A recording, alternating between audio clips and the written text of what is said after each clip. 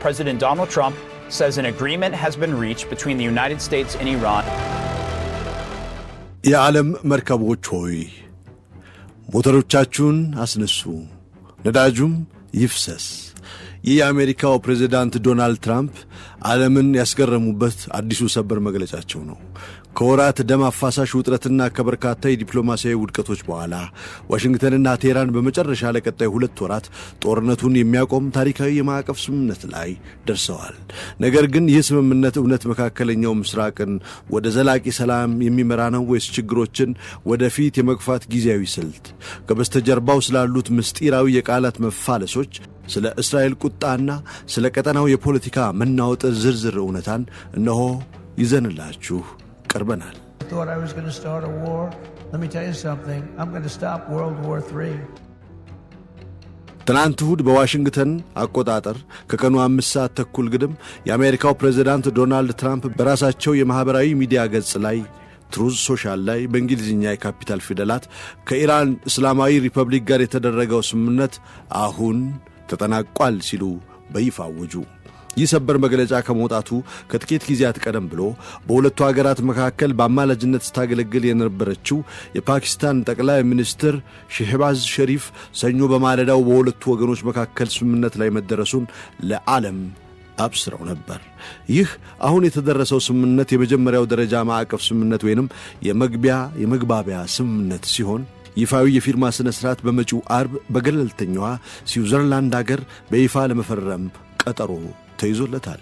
ፕሬዝዳንት ዶናልድ ትራምፕ ይህንን ስምምነት ተከትሎ ባስተላለፉት መልእክት ለዓለም አቀፍ የንግድና የነዳጅ መስመር ወሳኝ የሆነው የሆርሙዝ ወሽመጥ በመጪው አርብ ለንግድ መርከቦች ክፍት እንደሚሆንና አሜሪካ በኢራን ወደቦች ላይ የጣለችውን የባህር ኃይል እገዳ እንደምታነሳ ገልጸዋል። ትራምፕ በትሩዝ ሶሻል ገጻቸው ላይ ባሰፈሩት ረጅም ጽሑፍ ካለፉት የአሜሪካ ፕሬዝዳንቶች ድክመት በተቃራኒ እርሳቸው በመጨረሻ ለመላው ቀጠና ሰላምና ደህንነት የሚያመጣ ታላቅ ስምምነት ማስከበር መቻላቸውን ገልጸዋል። ይህም መግለጫ ለዶናልድ ትራምፕ የልደት ስጦታን ያበረከተላቸው፣ ነገር ግን በዲፕሎማሲው ዓለም ያሉ ባለሙያዎች እንደሚናገሩት ይህ ስምምነት በአሁኑ ወቅት በትልቅ ጥርጣሬ የተጠቃለለ ነው። እንዲህ አይነቱ ማጋነንና ነገሮችን አግዝፎ ማሳየት ለትራምፕ አዲስ አካሄድ አይደለም። ባለፈው ዓመት የጋዛን ጦርነት ያበቃውን ስምምነት በተመለከተም ትራምፕ በተመሳሳይ መልኩ ለዘላለም የሚኖር ሰላምና የእምነት የተስፋና የእግዚአብሔር ዘመን መጀመሪያ በማለት እጅግ ሰፊ የሆኑ መግለጫዎችን ሰጥተው ነበር። ነገር ግን ሁላችንም እንደምናውቀው በምድር ላይ ያለው ተጨባጭ እውነታ ከዚያ በኋላ እጅግ የራቅና ደም አፋሳሽ ሆኖ ቀጥሏል። የዚህ አዲስ የመግባቢያ ስምምነት ዋና ውሎች ሊባኖስን ጨምሮ በሁሉም ግንባሮች ላይ የሚደረጉ ወታደራዊ ዘመቻዎችን በአስቸኳይና በቋሚነት እንዲያቆሙ ይጠይቃል። ይሁን እንጂ ሰፊውን ግጭት የሚመለከቱ ይበልጥ ዝርዝር ውሎችና ለኢራን የሚደረገው የማዕቀፍ ማቃለል ጉዳይ ገና አልተቋጨም። እነዚህ ውስብስብ የሆኑ ጉዳዮች በሚቀጥሉት የ60 ቀናት የተኩስ አቁም ማራዘሚያ ጊዜ ውስጥ በሚደረጉ ተከታታይ ድርድሮችና ቴክኒካዊ ውይይቶች ምላሽ ያገኛሉ ተብሎ ነው የሚጠበቀው። I'm not doing any relief until they sign an agreement. When they sign an agreement, we can get that place built up again. እንዲህ ባሉ ከፍተኛ ጥንቃቄ በሚሹ ዓለም አቀፍ ዲፕሎማሲያዊ ስምምነቶች ውስጥ ስኬት ወይንም ውድቀት ብዙውን ጊዜ የተመሰረተው በስተጀርባ ባሉት ጥቃቅን ዝርዝር ጉዳዮች ላይ ነው። በዚህ በአሜሪካና በኢራን ስምምነት ላይ ደግሞ የዝርዝር ጉዳዮች መረጃዎች እጥረትና ከፍተኛ የሆነ የቃላት መፋለስ በግልጽ ይታያል። በአንድ በኩል የአሜሪካው ምክትል ፕሬዝዳንት ጄዲ ቫንስ ከፎክስ ኒውስ ጋር ባደረጉት ቃለ ምልልስ ኢራን መቼም ቢሆን የኒውክሌር መሳሪያ ባለቤት እንዳትሆን ማድረግ በዚህ ስምምነት ውስጥ የተገነባ መሆኑንና አሜሪካም አፈጻጸሙን በተሟላ ሁኔታ ማረጋገጥ እንደምትችል በልበ ሙሉነት ተናግረዋል። ስማቸው እንዳይገለጽ የፈለጉ አንድ ከፍተኛ የአሜሪካ ባለስልጣን በበኩላቸው ይህ ስምምነት ውሎ አድሮ የኢራን የኒውክሌር መርሃ ግብር ሙሉ በሙሉ እንዲፈርስ የሚያደርግ ሲሆን በከፍተኛ ሁኔታ የበለጸገው የዩራኒየም ክምችቷም እንዲወድምና ከሀገር እንዲወገድ ይደረጋል ብለዋል። በሌላ በኩል ግን ከቴህራን የሚሰማው ድምፅ ፍጹም ተቃራኒ ነው። አንድ ከፍተኛ የኢራን ባለስልጣን እንደገለጹት አሁን የተዘጋጀው የረቂቅ ስምምነት ይዘት የኒውክሌር ቦምብ የመስራት ፍላጎት የለኝም የምትለው ኢራን እስካሁን ያበለጸገችውን ዩራኒየምን በገዛ አገሯ ውስጥ እንድታቃጠልና ወደ መደበኛ ደረጃ እንድትመልስ ይፈቅድላታል እንጂ የክምችት መውደምን አይጠይቅም። የኢራን ጠቅላይ ብሔራዊ ደህንነት ምክር ቤት ሴክሬታሪያትን በበኩሉ ባወጣው መግለጫ የመጨረሻው ድርድር የሚቀጥለው አሜሪካ የመግባቢያ ስምምነቱ መሰረት ያሉባትን ግዴታዎች ሙሉ በሙሉ ተግባራዊ ካደረገች በኋላ ብቻ ነው በማለት ጥብቅ ቅድመ ሁኔታ አስቀምጧል። የታሪክ ማስታወሻዎችን መመልከት እዚህ ጋር እጅግ አስፈላጊ ነው። ፕሬዚዳንት ዶናልድ ትራምፕ በመጀመሪያው የስልጣን ዘመናቸው ወቅት የቀድሞው የዲሞክራት ፕሬዚዳንት ባራክ ኦባማ አስተዳደር የተደረደረውንና በቴህራን ላይ የተጣሉ ማዕቀፎችን አቅልሎ የነበረውን የ2015ቱን የባለብዙ ወገን የኢራን የኒውክሌር ስምምነት አሜሪካ በአንድ ወገን እንድትወጣ ማድረጋቸው ይታወሳል። ኢራን ለዚህ የአሜሪካ እርምጃ ምላሽ ለመስጠት የዩራኒየም ማበልጸግ ሂደቷን በከፍተኛ ሁኔታ በማፍጠን በአሁኑ ወቅት ወደ ኒውክሌር ቦምብ ደረጃ የተቃረበ ከ400 ኪሎ ግራም በላይ የዩራኒየም ቁስ ማምረት ችላለች። አሁን ባለው ረቂቅ ውል መሰረት አሜሪካ እስካሁን አግታው የቆየችውን የ$25 ቢሊዮን የኢራን ንብረት ለመልቀቅ ተስማምታለች። ይሁን እንጂ የትራምፕ አስተዳደር በበኩሉ ይህ ገንዘብ በቀጥታ የሚለቀቅ ሳይሆን ኢራን በውሉ ላይ የተጠቀሱትን የተወሰኑ ጥብቅ ሁኔታዎችን በተግባር ስታሟላ ብቻ እንደሆነ ቀደም ሲል በግልጽ አስታውቋል። ይህ በሁለቱ ወገኖች መካከል ያለው የትርጓሜ ልዩነት ስምምነቱ ገና ሳይጀመር ምን ያህል አደገኛ ምዕራፍ ላይ እንዳለ በግልጽ ያሳያልም እየተባለ ነው። ይህ ስምምነት ይፋ ከተደረገ በኋላ የቴህራን ዲፕሎማሲያዊ እንቅስቃሴ በከፍተኛ ሁኔታ ጨምሯል። ሰኞ ዕለት የኢራን የውጭ ጉዳይ ሚኒስትር አባስ አርጋቺ በቀጠናው ላይ ትልቅ ትኩረት የሳቡ ተከታታይ የስልክ ንግግሮችን አድርገዋል። የኢራን የመንግስት የዜና ወኪል IRNA እንደዘገበው አባስ አርጋቺ ከኢራቅ የውጭ ጉዳይ ሚኒስትር ፉአድ ሁሴን፣ ከግብፅ የውጭ ጉዳይ ሚኒስትር ባድር አብደላቲና ከሳውዲ አረቢያ የውጭ ጉዳይ ሚኒስትር ልዑል ፋይሰል ቢን ፈርሃን ጋር በተለያዩ የስልክ መስመሮች ተነጋግረዋል። አባስ አርጋቺ ለእነዚህ የቀጠናው ሀገራት ከፍተኛ የውጭ ጉዳይ ሚኒስትሮች በስልክ ባስተላለፉት መልእክት በፓኪስታን አጋዥነት የተደረሰውን የመግባቢያ ስምምነት በተግባር የመተርጎምና የመተግበር ሙሉ ኃላፊነትና ግዴታ የአሜሪካ አስተዳደር መሸከም እንዳለበት በግልጽ ተናግረዋል። ከዚህም በተጨማሪ የእስራኤል ኃይሎች በሊባኖስ ላይ የሚፈጽሙት ወታደራዊ ጥቃት በአስቸኳይና ሙሉ በሙሉ መቆም እንዳለበት ጥሪያቸውን አስተላልፈዋል። የIRNA ዘገባ አክሎ እንደገለጸው አርጋቺና የሶስቱ ሀገራት የውጭ ጉዳይ ሚኒስትሮች በመካከለኛው ምስራቅ ቀጠና ውስጥ ዘላቂ ሰላምን፣ መረጋጋትንና ደህንነትን ለማስፈን ሲባል ዲፕሎማሲያዊ ጥረቶች ሳይቋረጡ በተጠናከረ ሁኔታ መቀጠል እንዳለባቸው በጋራ አጽንኦት ሰጥተውበታል። ይህ የቴህራን አካሄድ ስምምነቱን እንደ አንድ ትልቅ የዲፕሎማሲ ዕድል ለመጠቀም ያላትን ፍላጎት የሚያሳይ ነውም ተብሎለታል። ይሁንና ሰኞ ዕለት ከቴህራን የወጣው ሌላኛው አዲስ መረጃ የስምምነቱን ይዘት ይበልጥ አነጋጋሪና ምስጢራዊ ያደረገ ሆኗል። የኢራኑ ፋርስ የዜና ወኪል አንድ ስማቸው ያልተጠቀሰ ምንጭን ጠቅሶ እንደዘገበው ቴህራን ከአሜሪካ ጋር በደረሰችው የማዕቀፍ ስምምነት ላይ ውሉ ለዓለም ይፋ ከመደረጉ ጥቂት ሰዓታት ቀደም ብሎ አዲስና ወሳኝ አንቀጽ በስምምነቱ ላይ ማካተት ትችላለች። ይህ አንቀጽ በሆርሙዝ ወሽመጥ በሚያልፉ ዓለም አቀፍ መርከቦች ላይ የባህር ላይ አገልግሎት ክፍያ ከመጣል ጋር የተያያዘ ነው። የፋርስ የዜና ወኪል የጠቀሰው ያልታወቀ ምንጭ እንዳብራራው በድርድሩ የመጨረሻ ደቂቃዎች ላይ የመግባቢያ ስምምነቱ ጽሑፍ የተሻሻለ ሲሆን ይህም በሆርሙዝ ወሽመጥ ላይ ያለውን የኢራንና የኦማን የጋራ ሉዓላዊነት በግልጽና በማያሻማ መልኩ አጽንኦት ሰጥቶ ለማጉላት ታስቦ የተደረገ ነው። ዘገባው አክሎ እንደገለጸው በስምምነቱ ጽሑፍ ውስጥ የባህር ላይ አገልግሎቶች የሚለው የሕግ ቃል መካተቱ አሜሪካ ለኢራን የባህር ላይ አገልግሎት ክፍያዎች እንዲፈጸሙላት በይፋ መቀበሏንና መስማማቷን የሚያረጋግጥ ትልቅ ዲፕሎማሲያዊ ድል ነው። ይህ አዲስ ዝርዝር ጉዳይ አሜሪካ በኢራን ላይ የጣለችውን የባህር ኃይል እገዳ እንደምታነሳ ከገለጸችው መግለጫ ጋር ተዳምሮ በቀጠናው የባህር መስመር ላይ የቴህራንን የበላይነትና የኢኮኖሚ ጥቅም ይበልጥ የሚያጠናክረናል። ይህ በአሜሪካና በኢራን መካከል የሚደረግ ዲፕሎማሲ ብቻ አይደለም። ይህ ሁልጊዜም ቢሆን የሶስት ወገን የተወሳሰበ ግጭት የነበረ ሲሆን በዚህ ስምምነት ውስጥ ትልቁ ያልተገመተ ኃይል ሆና የወጣችው እስራኤል ናት። ፕሬዚዳንት ዶናልድ ትራምፕ ዛሬ ለዎል ስትሪት ጆርናል በሰጡት ቃለ ምልልስ የእስራኤሉ ጠቅላይ ሚኒስትር ቤንያሚን ኔታንያሁ በዚሁ ሳምንት መጨረሻ ላይ በሊባኖስ ላይ አዲስና ከባድ ጥቃት እንዲሰነዘር በማዘዛቸው ከፍተኛ ቁጭትና ንዴት እንደፈጠረባቸው በግልጽ ተናግረዋል። ትራምፕ ጥቃቱ ሊጠናቀቅ የተቃረበውን የኢራን ስምምነት ሙሉ በሙሉ ያደነቃቅፋል ብለው በጽኑ ስላመኑ የእስራኤልን አካሄድ አልወደዱትም ተብሎላቸዋል። እውነታውን ግን ኔታንያሁ አሜሪካ ከኢራን ጋር ዲፕሎማሲያዊ ስምምነት ላይ እንድትደርስ በሚል እስራኤል ወታደራዊ እርምጃዋን እንድታቆም ያቀረበችውን ጥያቄ ሙሉ በሙሉ ውድቅ ማድረጋቸው ነው። እስራኤል የራሷን ደህንነት ለማስጠበቅ የማጥቃት ነፃነቷን ይዛ እንደምትቀጥል ኔታንያሁ ደጋግሞ የተናገሩ ሲሆን ለአዲሱ የአሜሪካ ኢራን ስምምነት እስካሁን በይፋ ምንም አይነት ምላሽ አልሰጡም። በደቡብ ሊባኖስ ላይ ተከታታይ አዳዲስ የእስራኤል የአየርና የምድር ጥቃቶች እየተሰነዘሩ ባሉበት በዚህ ሰዓት በኔታንያሁ ካቢኔ ውስጥ ያሉ ከፍተኛ የእስራኤል ባለሥልጣናት አዲስ የተበሰረውን ስምምነት አጥብቀው መኮንን ጀምረዋል። ቀኝ አክራሪውና አወዛጋቢው የብሔራዊ ደህንነት ሚኒስትር ኢታማር ቤን ጊቨር በራሳቸው የኤክስ ገጽ ላይ ባስተላለፉት መልእክት እስራኤል የአሜሪካ ተላላኪ ወይም የበታች እንዳልሆነች በይፋ አስታውቀዋል። ቤን ጊቨር ሲቀጥሉም ይህ አዲስ ስምምነት በምንም አይነት መንገድ እኛን አያስገድደንም፣ የሂዝቦላን ሙሉ በሙሉ መፈራረስ ከሚያረጋግጥ ከማንኛውም ነገር በታች ልንደራደር አይገባም።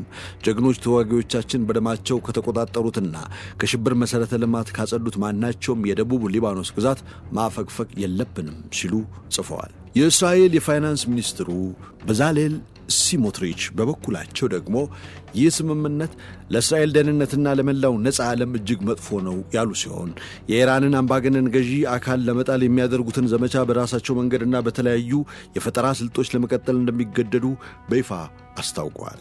የመከላከያ ሚኒስትሩ እስራኤል ካትዝም ይህንን አቋም በማጠናከር እስራኤል በሊባኖስ ውስጥ በደምና በከፍተኛ መስዋዕትነት ከተቆጣጠራችው ግዛት በፍጹም እንደማታፈገፍግ የገለጹ ሲሆን ይህ ከታህሳስ 7 የሽብር ጥቃት ክስተቶች የተማርነው ዋናውና ትልቁ ስትራቴጂካዊ ትምህርት ነው ብለዋል። ሚኒስትር ካትዝ ይህን ጥብቅ አቋም ለፕሬዚዳንት ትራምፕና ትናንት ለአሜሪካዊ መከላከያ ሚኒስትር ፒት ሄግሴት በግልጽ ማስረዳታቸውን ጠቁመው በሊባኖስ ውስጥ በሚፈጠሩ ማናቸውም ክስተቶች ምክንያት ኢራን በእስራኤል ላይ ጥቃት የምትሰነዝር ከሆነ እስራኤል የማያዋላዳ የኃይል አጸፋ እርምጃ እንደምትወስድ በድጋሚ አስታውቀዋል። በሌላ በኩል የኢራን ጠቅላይ ብሔራዊ ደህንነት ምክር ቤት ሴክሬታሪያትም ሊባኖስን ጨምሮ በሁሉም የግንባር መስመሮች ያለው ጦርነት ከሰኞ ምሽት ጀምሮ በቋሚነት እንደሚያበቃ በይፋ አውጇል። ነገር ግን አንድ ስሙ እንዳይገለጽ የፈለገ ይፋዊ የሊባኖስ የመንግስት ምንጭ ለኤፍፒ የዜና ወኪል እንደተናገረው ሊባኖስ ስለ አዲሱ የአሜሪካ ኢራን ስምምነት ውሎችም ሆነ ስለ ተኩስ አቁሙ ሰዓት የተሰጣትን ምንም አይነት ኦፊሴላዊ መረጃ የለም። ሂዝቦላም ቢሆን በስምምነቱ ላይ እስካሁን ምንም አይነት ይፋዊ መግለጫ አልሰጠም። እንዲሁም በዕለተ ሰኞ በእስራኤል ወታደራዊ ኢላማዎች ላይ ስለተሰነዘሩ አዳዲስ ጥቃቶች የገለጸው አንዳችም ነገር የለውም። ነገር ግን የሊባኖስ ፓርላማ አፈ ጉባኤና የሂዝቦላ የቅርብ ፖለቲካ አጋር የሆኑት ናቢህ ቤሪ በስምምነት ውስጥ የእስራኤልን ወረራ ለማስቆም የሚያስችል አስገዳጅ አንቀጽ እንዲካተት ከፍተኛ ግፊት ስላደረጉ አሜሪካንና ቴህራንን በይፋ አመስግኗቸዋል። ናቢህ ቤሪ ይህ ስምምነት ለቀጠናው መረጋጋት ትልቅ መሠረት የጣለ ነው ብለውም አወድሰውታል። ፕሬዚዳንት ትራምፕ በዋሽንግተን ሆነው ስለ ሰላም ታላቅነት በሚያወሩበት ወቅትም እንኳን በመካከለኛው ምስራቅ የሚኖር ተራ ሕዝብ የጦርነቱ ቀጥተኛ ሰለባ እየሆነ ነበር። የዚህ ረጅም ጦርነት መዘዝ በቀጠናው ሀገራት ኢኮኖሚና መሠረተ ልማት ላይ እጅግ ጥልቅ የሆነ ጠባሳ ጥሏል። ባለፈው ሳምንት ብቻ የተኩስ አቁሙ በድንገት ሲፈርስ ዮርዳኖስ፣ ኩዌትና ባህሬን በኢራን ከባድ የሚሳኤልና ድሮን ተኩስ ስር ወድቀዋል። ይህም በተባበሩት አረብ ኤሚሬትስ፣ በሳውዲ አረቢያና በኳታር ላይ ለሳምንታት የተሰነዘሩትን የበርካታ ሰዎችን ሕይወት የቀጠፉና የኤነርጂ መሠረተ ልማቶችን ያደሙትን ጥቃቶችን በተጨማሪ የመጣ መከራ ነው።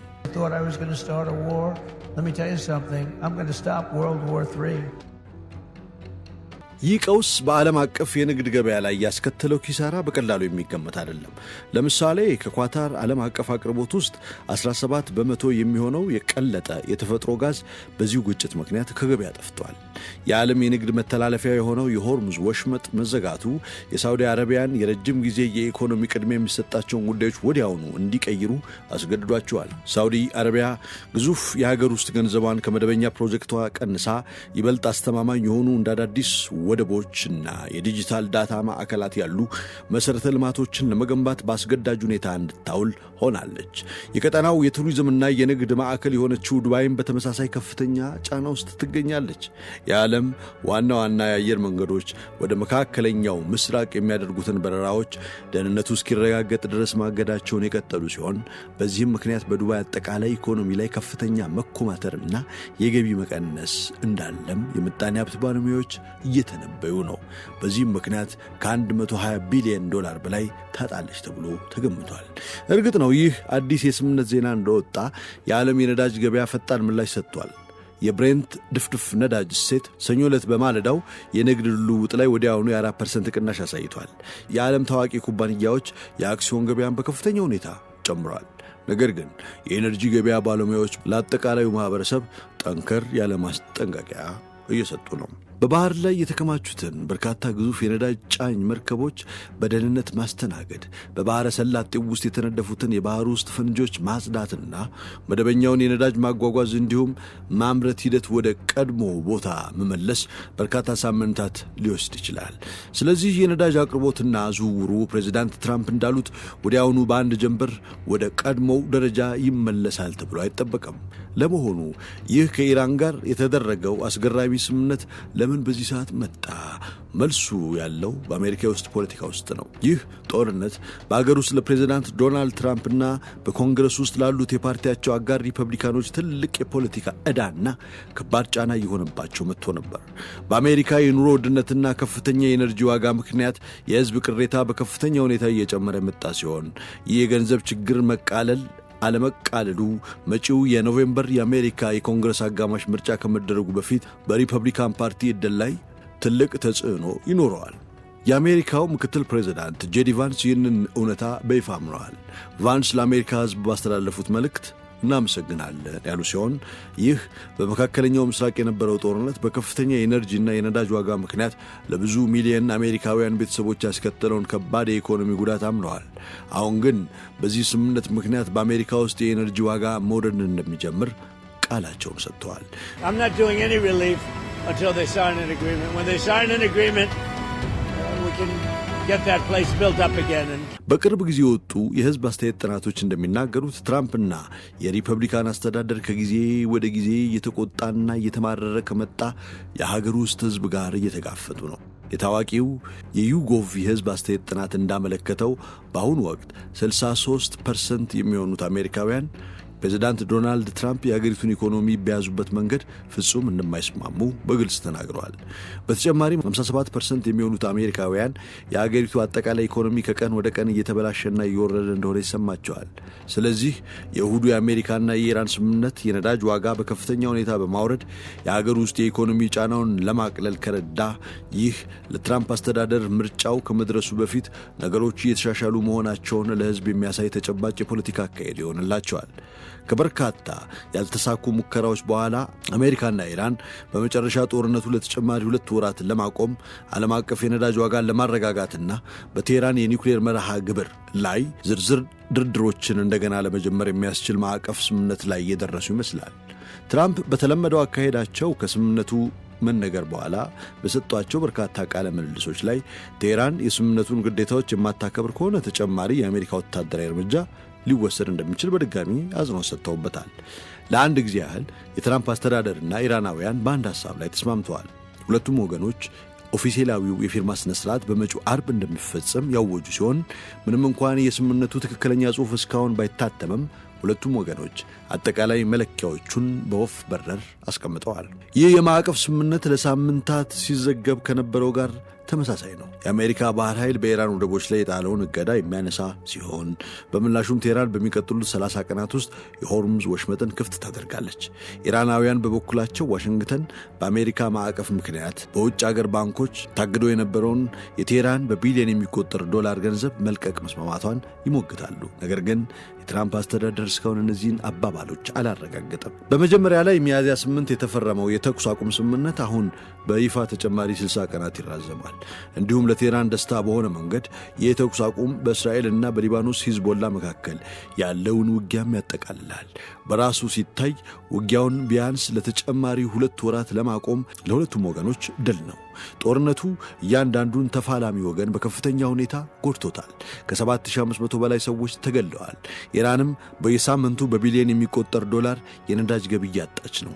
ይህ ጦርነት በጭራሽ ጥሩ ሐሳብ እንዳልሆነ ያምኑ የነበሩ የዋሽንግተን ባህላዊ የአውሮፓ አጋሮችም ከጊዜ ወደ ጊዜ እየናረ የመጣውን የነዳጅ ዋጋ ጫና እንዲሁም ራሱ ከፈጠረው ችግር ውስጥ እንዲያወጡት የሚጠይቅ የተቆጣ የአሜሪካ ፕሬዝዳንት ገጥሟቸዋል። ይህን ሁሉ ከግምት ውስጥ በማስገባት ማንኛውንም አይነት ስምምነት በጠረጴዛው ላይ ካሉት አማራጮች ሁሉ የተሻለው ነው። ቴህራን እጅ ትሰጣለች፣ በሚል ከንቱ ተስፋ ትራምፕ አዲስ የቦምብ ናዳ ዘመቻ ከመጀመራቸው ይልቅ ይህ በእርግጥም የተሻለው አማራጭ ነው። ብዙዎች እንደሚናገሩት ግን ይህ ስምምነት አዲስ የፈታው ነገር የለም። ይልቁንም የቀን መቁጠሪያውን ጦርነት ከመጀመሩ አንድ ቀን ቀደም ብሎ ወደ ነበረው ወደ የካቲት 27 ይመልሰዋል። በዚያን ዕለት የሆርሙዝ ወሽመጥ ለባህር ትራፊክ ክፍት ነበረ። በአሜሪካን 1 ጋሎን ጋዝ $3 አካባቢ ነበረ። የአሜሪካ ባህር ኃይል በቀጠናው ውሃ ላይ እገዳ አልጣለም ነበር። እንዲሁም የአሜሪካና የኢራን ተደራዳሪዎች ስለ አሜሪካ ማዕቀብ መነሳትና ስለ ኢራን የኒኩሌር ስምምነቶች ይደራደሩ ነበር። በአጭሩ በዚህ የማዕቀፍ ስምምነት ትራምፕና ኢራን ያለፉትን 4 ወራት ታሪክ ሰርዘው ምንም እንዳልተፈጠረ ለመቁጠር እየሞከሩ ነው ይላሉ አንዳንድ ተንታኞች በበኩላቸው። በሁለቱም ወገኖች መካከል ካለው የጋራ አለመተማመንና ተከታታይ የተኩስ አቁም ጥሰቶች አኳያ ቀላል ባይሆንም ዋሽንግተንና ቴህራን ከመጪው አርብ የፊርማ ስነ ስርዓት በኋላ ያሉትን 60 ቀናት የሚያሳልፉት ኢራን የኒውክሌር መሳሪያ ባለቤት አትሆንም የሚል ማረጋገጫ ለአሜሪካ የሚሰጥ በጋራ ተቀባይነት ያለው ቀመር በመደርደር ይሆናል። እነዚህ ፍላጎቶች በትራምፕ ፍላጎት መሰረት ከተሟላ የኢራን ኢኮኖሚ እንደገና ወደ ዓለም አቀፍ የፋይናንስ ስርዓት ውስጥ ይገባል። ነገር ግን የአዲስ ድርድር ቀላል አይሆንም። የትራምፕ አስተዳደርና የኢራን መሪዎች በኒውክሌር ጉዳይ ላይ ተቀባይነት አለው ስለሚሉት ዝግጅት አሁንም የተለያየ አመለካከት አላቸው።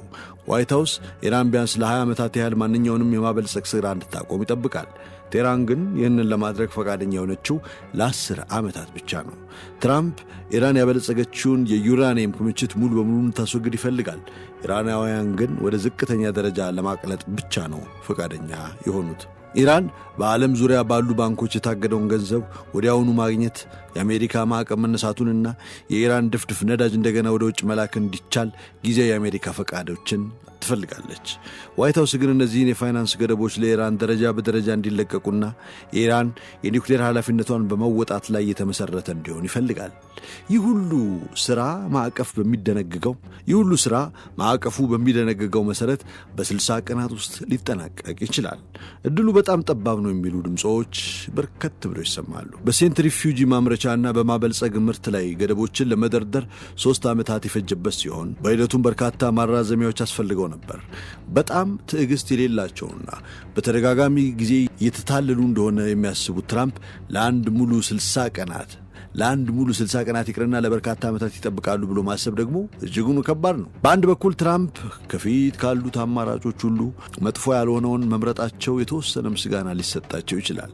ነገር ግን ይህ ግጭት ከተቀሰቀሰ ወዲህ አሜሪካ በትክክል ምን አሳካች?